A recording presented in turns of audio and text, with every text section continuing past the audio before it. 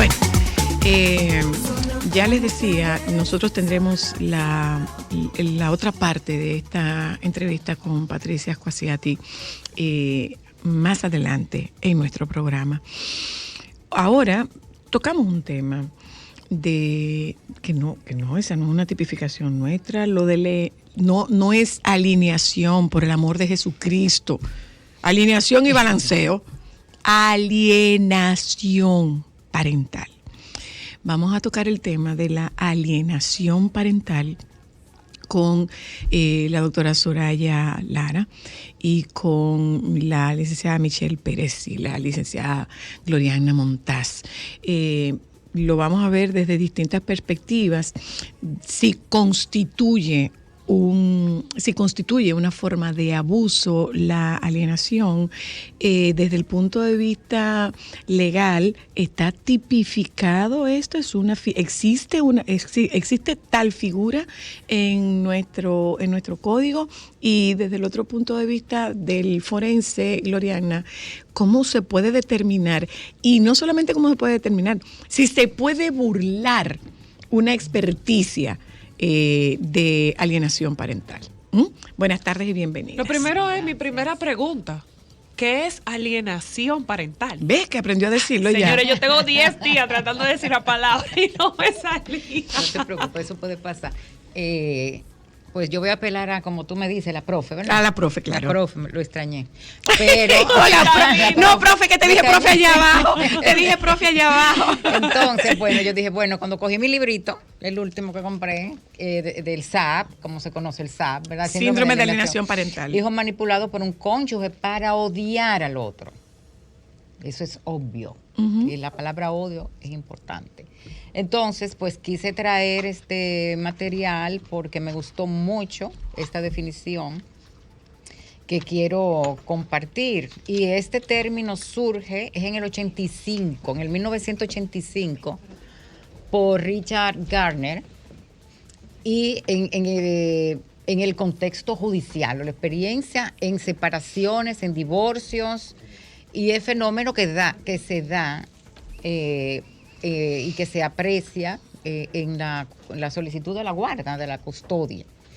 Entonces, pues lo leo para que nos sirva como punto de referencia para el diálogo.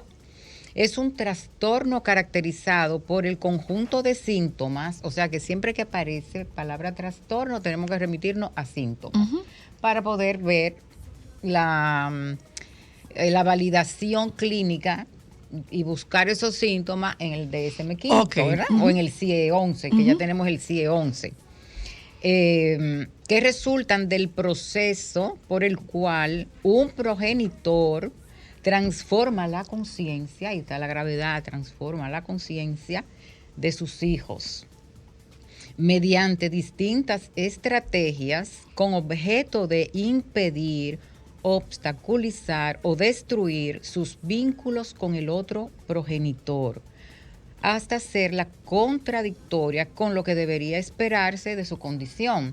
Entonces estamos hablando de un proceso, una alteración o transformación de la conciencia, que se utilizan diferentes estrategias y que va dirigida a destruir el vínculo del hijo alienado, pues estamos hablando del hijo alienado. Que no necesariamente tiene que ser menor.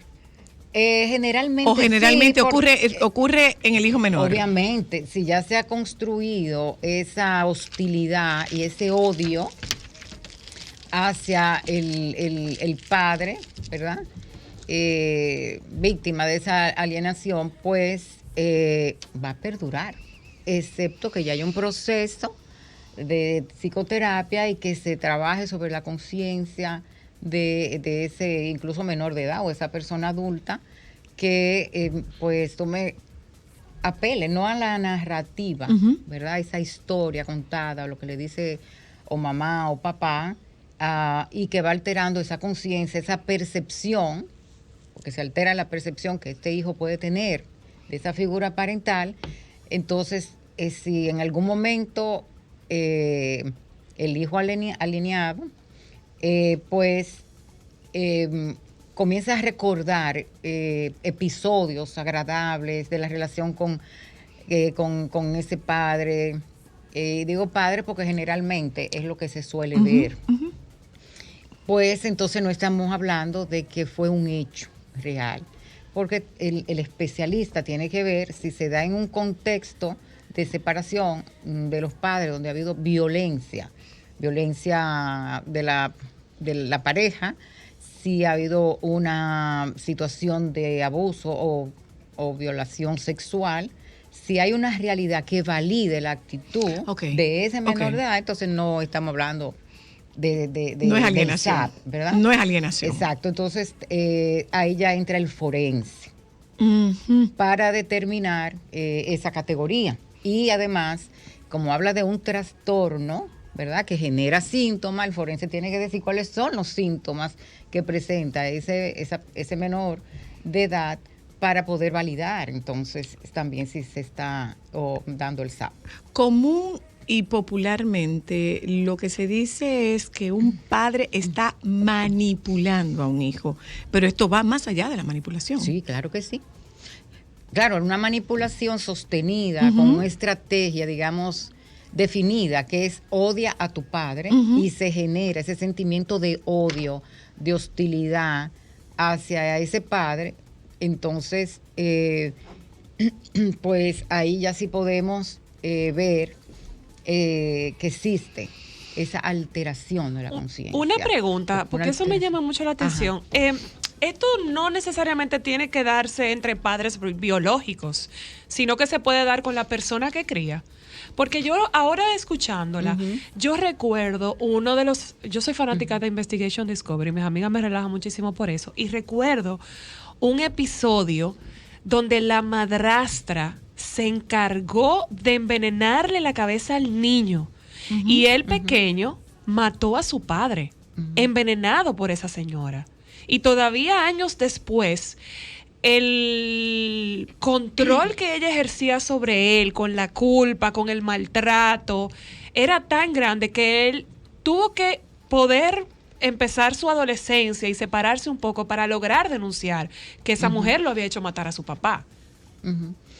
Ya es un hecho criminal, un condicionamiento dirigido a cometer un crimen. O sea, habría que ver el contexto en el que se dio. No, ella lo llevó ahí. Entonces, en ese episodio ella lo llevó hasta ahí. Esta señora tenía intenciones maliciosas, o sea, tenía el perfil criminal, era ella. Sí, perdona, otra pregunta. ¿Qué subyace detrás de un padre que aliena a un hijo? Exacto. ¿Qué hay ahí, Soraya? ¿O es algo del inconsciente? Mira, es que tenemos que verlo y hay que separarlo del hecho de que puedan haber comentarios negativos.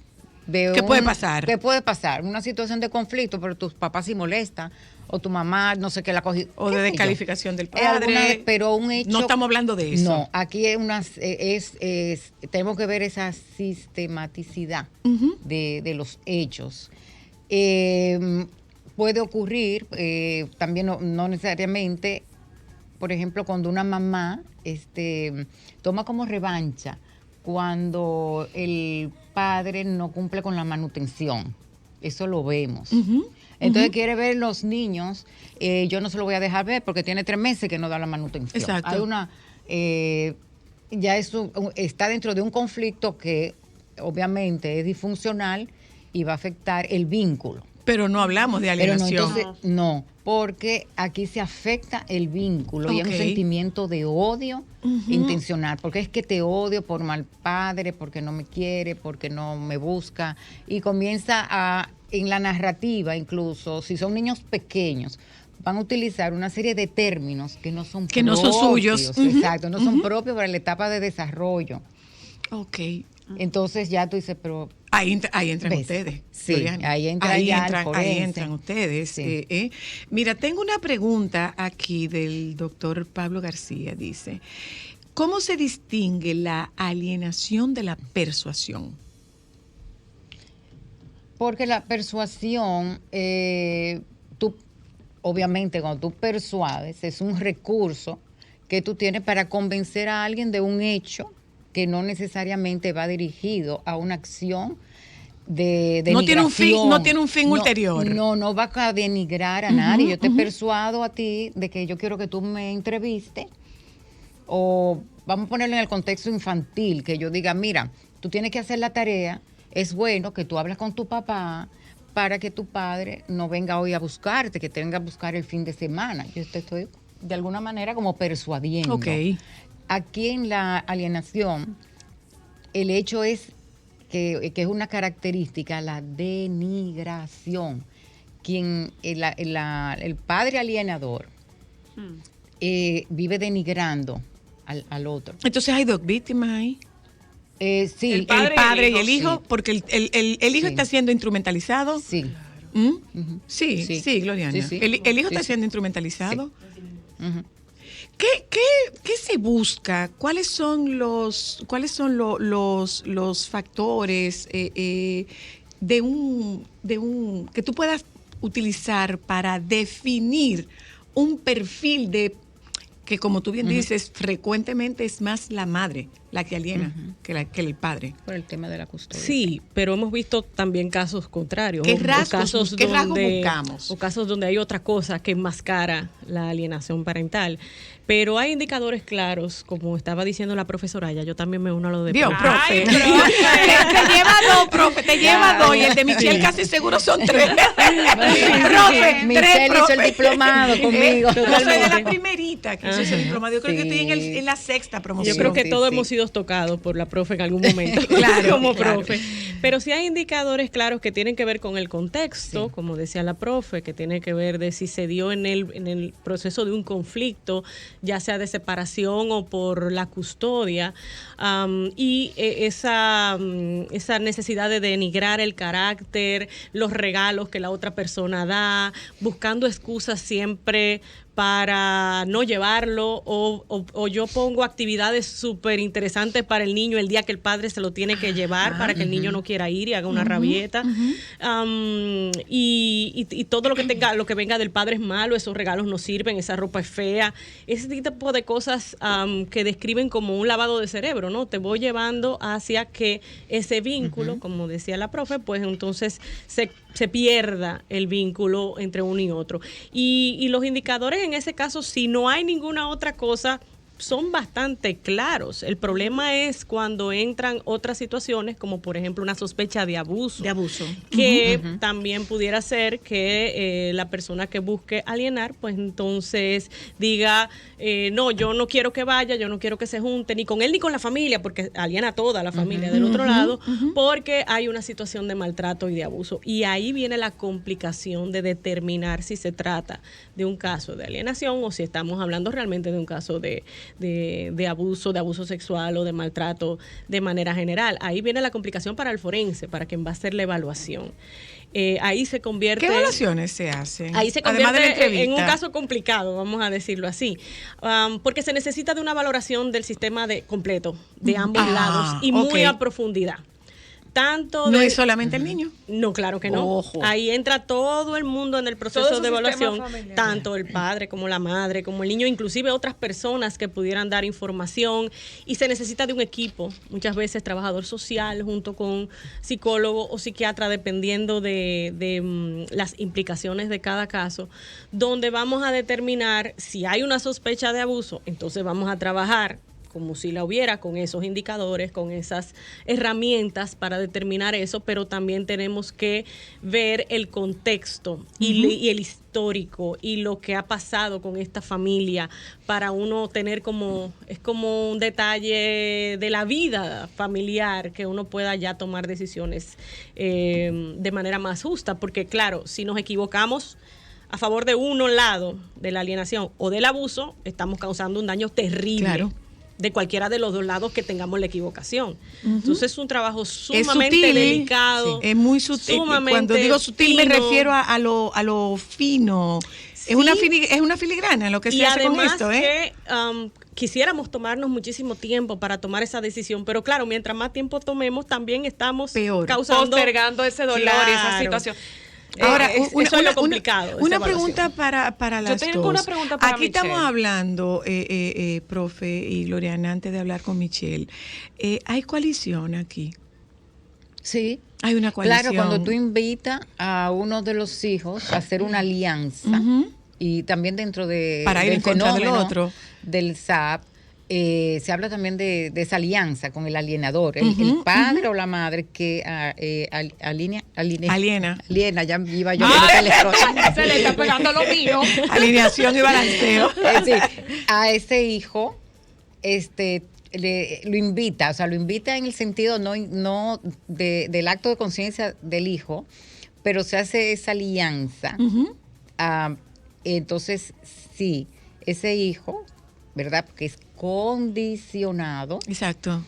A asumir la postura de lo que su madre dice respecto al padre. Entonces hay una coalición de dos unidos en contra de uno. Exacto. Sí. Tú tenías una pregunta. Sí, Michelle. Bienvenida, Michelle. Yo quería saber, porque obviamente desde la parte de ambas está muy claro, pero desde la parte legal, ¿qué tanto peso tiene en la protección del menor y en el tema de la custodia y de los acuerdos que se hacen entre ambas partes esta situación? O sea, ¿qué tanto un juez lo toma en cuenta? ¿Y hasta qué edad? La figura no existe. Bueno, lo primero es que voy a tener que estar en desacuerdo con las expertas psicólogas y con la profe, porque el síndrome de alienación parental no existe. No. Eso no existe, no está reconocido legalmente. Ni tampoco. No, ni en el DSM-5 ni en el CIE-11. No existe. A nivel de salud ese síndrome no existe. Ok. Eso es, no quiero, cuando digo, voy a decir invención, pero cuando digo invención no lo quiero denigrar, sino eso es una creación de este psiquiatra, Gardner, en el 85, como bien dijo la profe, que observó una serie de situaciones. Lo que sí puede haber es una alienación parental. ¿Qué es lo que tú dijiste al principio? Estoy hablando legalmente. Por supuesto, es lo que nos interesa. ¿Qué es, como tú dijiste al principio, un poco de lo que es manipulación? Entonces, esta teoría o este síndrome que fue muy utilizado y trata de ser muy utilizado en los Estados Unidos, el psiquiatra es estadounidense, ha sido altamente cuestionado. ¿Por qué? Por los juristas y por los tribunales. Y tenemos que dividir la categoría de materias en la que estamos hablando. Una es cuando estamos hablando de guarda, régimen de visita, como se le dice comúnmente, custodia, y cuando estamos hablando de los casos de abuso generalmente sexual. ¿Qué pasa? Los Estados Unidos, hay un trabajo muy interesante que las invito a leerlo a todos y a todas, que escribió Jennifer Holt, que es una abogada que trabaja en uno de los departamentos de Nueva York de niñez, que se puso a estudiar lo que era este síndrome. ¿Por qué? Porque este síndrome, llamado así, se estaba utilizando única y exclusivamente en contra de las mujeres, de las madres que tenían, efectivamente, generalmente la madre tiene la guarda de sus hijos, que tenía la guarda de sus hijos, y estaba siendo utilizado como una forma de continuidad de la violencia que había existido en la relación matrimonial o en la relación de pareja. Porque las expertas saben mejor que yo que cuando yo pierdo mi víctima de manera directa, yo tengo que triangular. Claro. Y eso es lo que se hace. Entonces, esas madres que estaban peleando por la custodia de sus hijos, son las madres que han sido declaradas con ese síndrome que no existe. Entonces tenemos que tener mucho cuidado. Eso no significa, ojo, que no haya, generalmente porque la madre, volvemos a decir, es la que tiene la guarda, que no haya madre que utilicen a sus hijos y que lo manipulen, que lo instrumentalicen en contra del padre por razones X. Las que fuere, y eso se llama simplemente alienación parental. Pero no hay un síndrome, entonces. Eso por un lado. Entonces, eso tú lo tienes que demostrar en el tribunal de niños y niñas y adolescentes o en el tribunal que está conociendo el divorcio, que eso está pasando, para que se le dé la guarda al padre o para ver cómo se puede hacer el régimen de visita. La otra situación que se ha tomado en cuenta en los Estados Unidos, que es por lo que se ha sonado tanto en la República Dominicana, no conozco el expediente, no voy a hablar de eso, porque sin expediente uno no puede hablar, es cuando hay una acusación de abuso. Entonces, cuando hay una acusación de abuso, la mayoría, que es algo que se le ha criticado, que le criticó sobre todo esta chica al doctor Garner, es que no cumple con los requisitos, ese síndrome no cumple con los requisitos ni médicos ni legales para ser entrado como parte de la defensa del supuesto ofensor. Porque si tú haces eso, Zoila, entonces yo estoy invirtiendo la carga de la prueba. Entonces yo estoy diciendo, no, lo que pasa es que Zoila sufre del síndrome de alienación parental y está alienando a mis hijos y por eso mis hijos están hablando en contra mía. Entonces sería a ti que te tocaría probar que yo no estoy haciendo eso. Que tú no estás haciendo eso, mientras que no me tocaría que me probaran a mí que yo estoy abusando. Que yo estoy abusando. Ya entiendo. Entonces, tiene toda la lógica del mundo, es una situación muy complicada que la mayoría de los estados de los Estados Unidos, que son donde se ha trabajado más este tema, no permiten eso como defensa. ¿Por qué no lo permiten como defensa? Porque al hacer esta inversión, al invertir el fardo de la prueba, como yo te digo, los jueces han dicho no, porque es precisamente... Aquí no estamos hablando de eso, estamos hablando del abuso. Aquí precisamente lo que tú me tienes que demostrar es si hay o no hay abuso, no si esa madre ha puesto ese hijo en contra nuestra, en contra de ese padre. Y eso generalmente hablamos padre-madre por lo de la guarda, pero eso no implica que en algún momento se inviertan los papeles. Sí, claro. Entonces, este señor ha tenido una crítica muy fuerte porque inclusive creó una terapia de desensibilización. De miedo, de terror, no me acuerdo cuál es la palabra que usa exactamente, porque es una palabra de psicología, donde lo que se hace es que estos niños que por H o por R, porque vivieron situaciones de violencia en la casa o por lo que sea, son obligados a compartir con esos padres. Y ha habido muchos casos de situaciones feas, incluyendo suicidio de esos niños que han sido obligados. Entonces, ojo, no es que no pueda haber una manipulación de un padre o de una madre. Pero el síndrome como tal es inexistente desde las dos perspectivas. Sí, quiero hacer un paralelo, Zoila. Fíjate, cuando apareció también el síndrome de la mujer maltratada, cuando Eleanor Walker en el 1975-79 comenzó a hablar de ello, también tenía la crítica de que no tenía una categoría diagnóstica, ¿no? Vamos a decir una categoría descriptiva, que es el caso. Esto es una descripción. Lo que yo te leí ahorita es una descripción.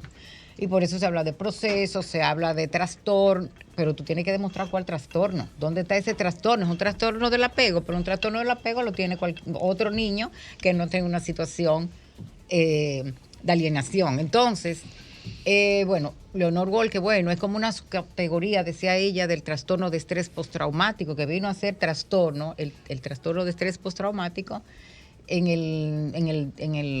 la DSM-4 revisado, el PR.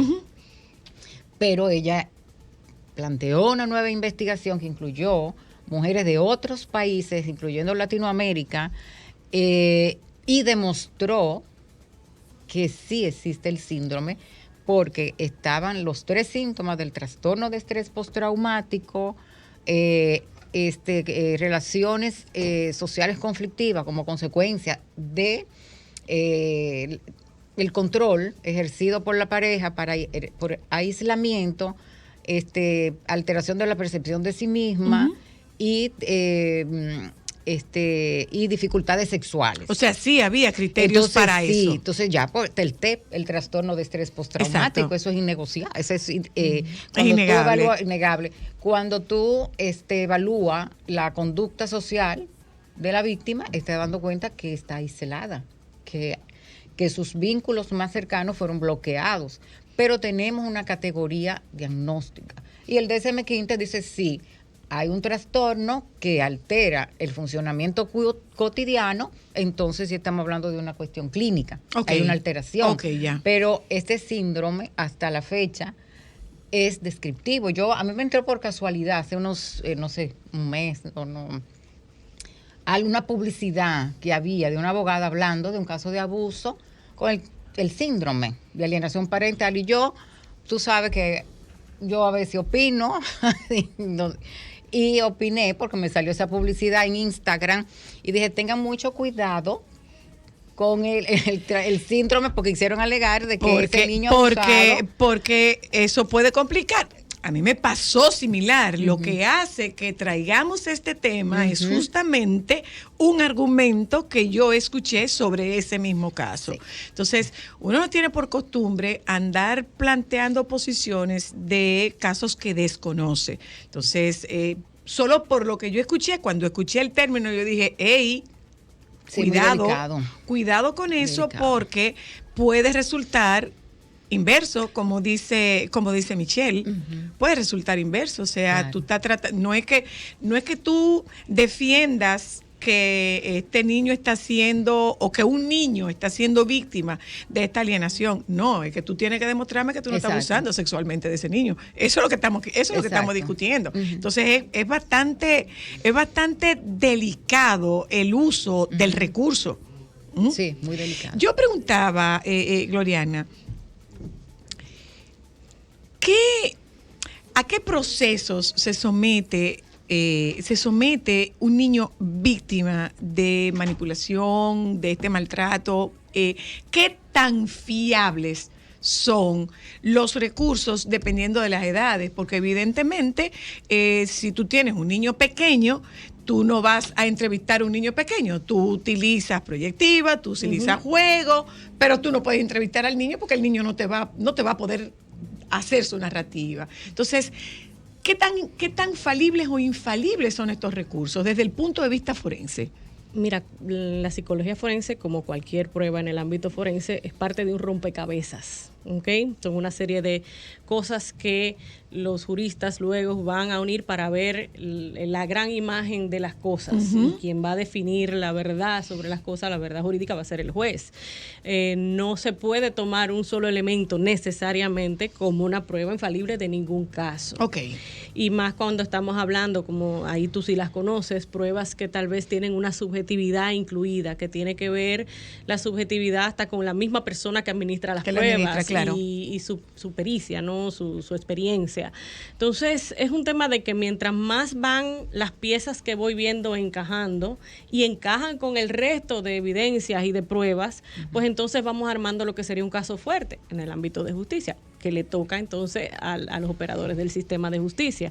Pero lo que hace el psicólogo simplemente viene a aportar o no, porque hay el caso de lo que hace el psicólogo forense, lo que te va a decir es que no encontramos, por más que buscamos, aquellos indicadores de eso que se está planteando. Y entonces también puede funcionar perfectamente como pruebas a descargo, ¿no? O sea que es simplemente aportar. Lo importante, como dije ahorita, es la capacidad de la persona, la experiencia de la persona en este tipo de casos, porque son complejos, no es cualquier cosa, no es cualquier persona que puede abocarse a asumir la responsabilidad de hablar de este tipo de casos, pero las herramientas van desde cuestionarios, indicadores, pruebas proyectivas, como dices, adaptándola a la edad de la persona y, para mí muy importante, entrevistas muy bien hechas.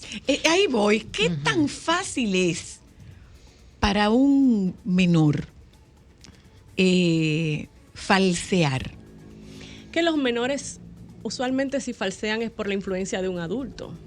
Y el menor va a hacer lo que pueda hacer con su capacidad. Exacto. El trabajo es de quien entrevista de quien está entrevistando hacer una entrevista en donde no se sugestione, en donde no se contamine ese relato, dejar fluir ese relato, porque el mismo relato te va a ir dando pistas del tipo de palabras que está utilizando, de qué tanto parece esto como una grabadora que alguien me dijo que me aprendiera, de qué tantos detalles puede dar ese niño o esa niña de lo que pasó, detalles relevantes e irrelevantes, o solo se centra en nada más quiero que sepas esto y esto es lo único que me sé.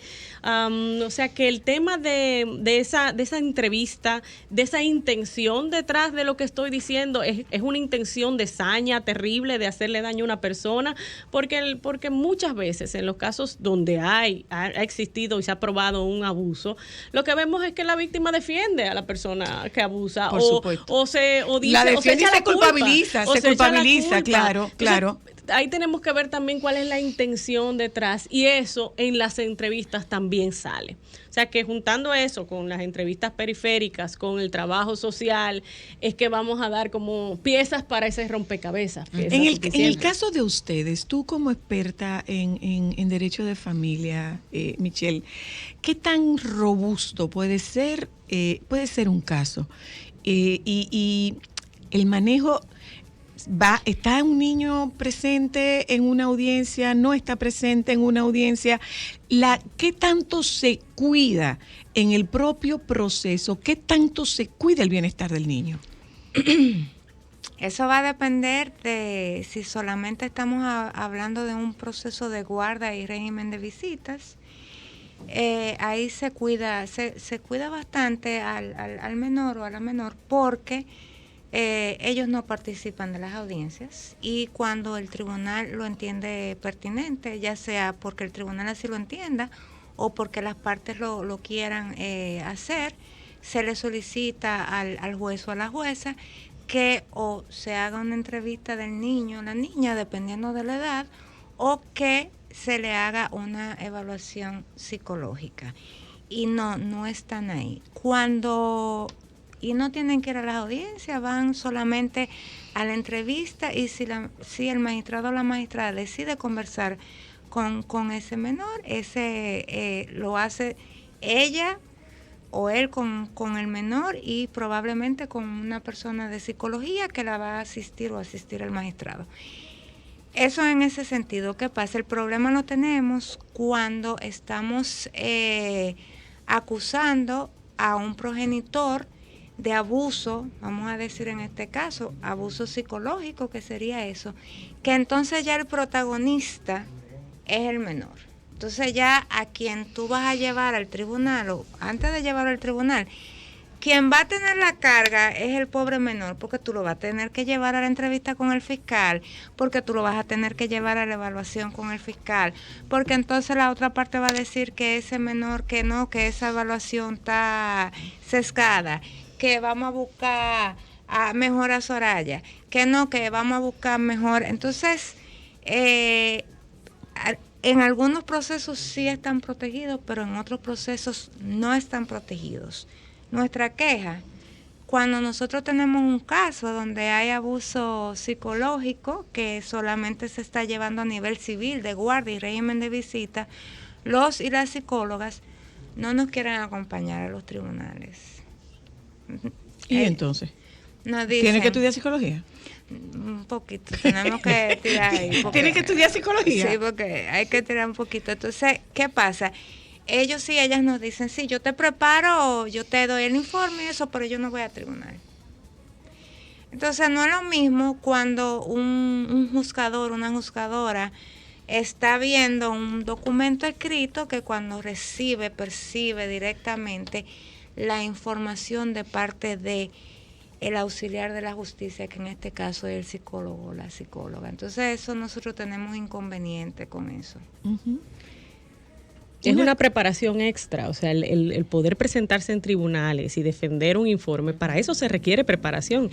Y para psicólogos y psicólogas que no han tenido la preparación... No estamos hablando de que yo, como psicoterapeuta, puedo venir ante un tribunal, porque no estoy capacitada para eso. Necesita una capacitación especializada. Así es, y el costo posiblemente sea mayor, porque ustedes saben también que el proceso de ir a tribunales y de esperar horas y de perder tiempo, de productividad, entonces te cuesta más. si optamos por una evaluación pura y simple, la persona dice, no, el costo para mí es muy alto. O puede que no tenga la preparación para poder defender o enfrentarse a un careo o a un contraperitaje, que también se hace, y para eso se necesita una especialización. Sí, pero también tenemos que recordar, Zoila, yo no quiero pelear con el sistema, pero los tribunales ¿Vamos para el sistema? ¿Y cómo que tú no quieres pelear con el sistema? Vamos para el sistema, porque yo no me canso. Yo no me canso de decir. Yo no te cambio de decir, por supuesto. Yo no me canso de relatar aquí la experiencia que yo viví en mi diplomado de violencia. Yo recuerdo que había una dinámica que consistía en lograr la judicialización de un caso. Éramos 60, creo, y de los 60, un caso llegó ante un juez. Uno. ¿Y qué es esto? El sistema. Estoy totalmente de acuerdo contigo. Abstente, porque tú eres una usuaria del sistema. Tú eres una usuaria del sistema. Pero eso de no acompañamiento... Dice César que es muchas veces porque no es que no quieren ir, es que no quieren enfrentarse al interrogatorio de los abogados. Dice César. Es una, no, son muchas. No hay una sola causa, o justificación. Es, por ejemplo, yo tuve hace unos años, me convocó un tribunal, yo recibí 2 citas, como testigo y como forense, no, como experta, creo que fue algo así. Y yo dije, pues, ¿cómo que me están llegando 2 cosas diferentes simultáneamente? Y bueno, consulté, porque nosotros en la consulta somos testigos. Claro. No me atendía esa señora, tenía depresión, o el niño, y tenía tal característica, lo que fuera. Si ya yo voy como experta, yo necesito una... Entonces, en ese entonces, recuerdo que la magistrada y todo lo demás. me dijo que yo por mi experiencia en los años, o sea, eso tiene un término. Tu expertise. Reconocimiento público, creo que es. En el trabajo que hago. Ajá. Pues ya yo era como reconocida ante un tribunal como una experta en el tema. Ok. Amor, yo duré 2 años dando viaje. Yo iba de viaje, yo iba a salir de viaje fuera del país. Y yo me sentía en deuda con la víctima, porque si a mí me llaman, o sea, va a haber otro reenvío porque yo me fui de viaje. Por eso decía del costo. Es que no cuesta igual hacer un informe que hacer un informe para fines forenses. Yo lo fui en ese momento voluntariamente, porque las víctimas que no tenía dinero, lo que fuera. Pero si yo tuviera que cobrar lo que eso costó, ¿no? Y cada viaje a un tribunal, porque no es que voy a ir de 10 a 11. Porque tú esperabas 3 horas para Pero que en este caso, ¿a quién estamos defendiendo? ¿A quién estamos defendiendo? Entonces, ahí? ¿A quién se está defendiendo también, Michelle y Gloriana? ¿A quién se está defendiendo ahí? Cuando vamos al tribunal de menores, debemos de defender al menor. No importa lo que diga papá, no importa lo que diga mamá, nosotros tenemos que defender al menor. Yo entiendo lo que le pasa a los expertos y a las expertas, eso yo lo entiendo perfectamente, pero ¿qué pasa? Voy con el sistema, porque es verdad.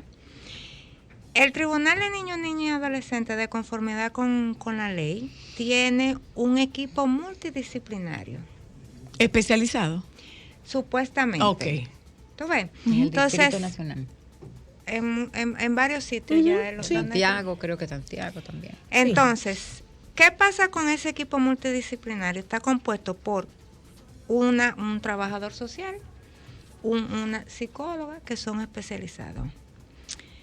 Mira, Zoila, yo te puedo decir lo que va a decir cada una de esas informaciones que va a salir de esas evaluaciones psicológicas antes de verla, porque ya yo me las sé de memoria. Entonces, si están ahí, estamos hablando del Tribunal de Niños, Niñas y Adolescentes, que es diferente a la materia penal, donde el interés es del niño.